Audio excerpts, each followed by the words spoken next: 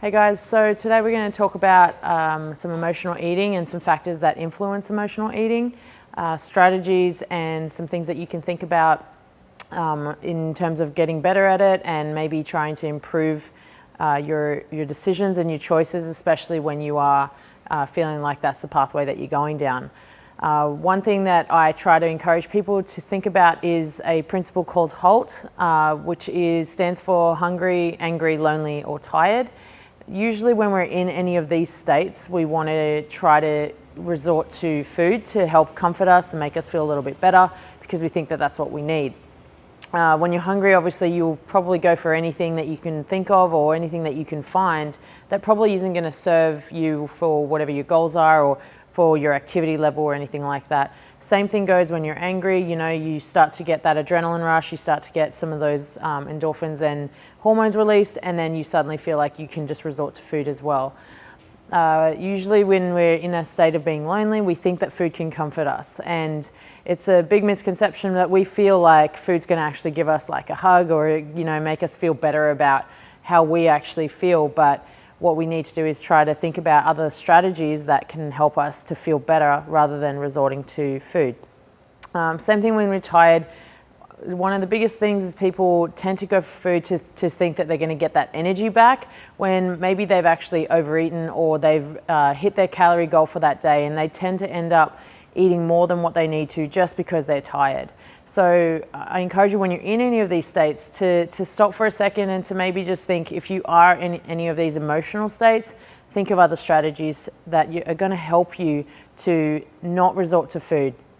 When we are in these kind of states, there's multiple options that you can do, you know, calling on a friend or maybe even going for a walk or doing some light activity just to switch your focus and just to basically get your headspace in a different mindset so that you're not going to food for that.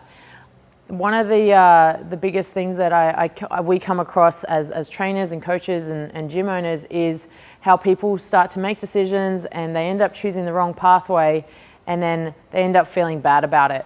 And what we want to encourage is that you just really try to think of other strategies before you go and make the decision to turn to food. Because more often than not, whenever you are in any of those states, probably close to 100% of the time you're going to make the wrong decision and you're going to resort to something that you shouldn't have eaten, and then you'll feel bad about it. So there's multiple strategies that you can do just to make sure that you feel better. And one of them is going and doing a light workout. It doesn't have to be high intensity, but even just something where you're outside, you're doing something that's away from the comfort of food. Same thing with maybe going and meeting up with a friend, but not over a meal, but just over something that you can be doing, like an activity, like a short little walk, hike, whatever you can find. So I encourage you to try and think about that whenever you're in any of those states.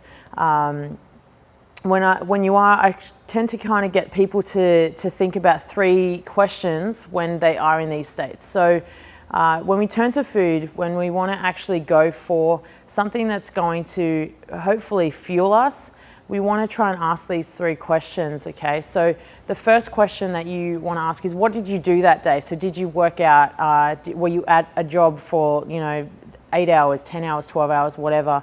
Was your job sedentary? Were you actually up and moving? Were you doing some light activity?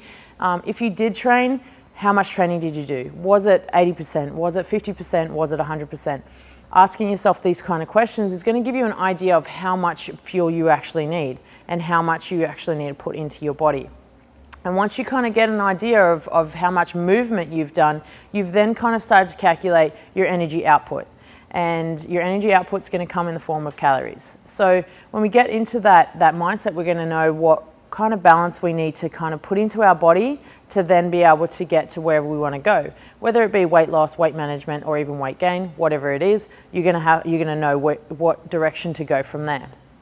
The next question that I get people to think about is also, where did the food come from? So was the food alive at any point? Was it something that was grown in the ground or up on a tree, or did it have a heartbeat at some point?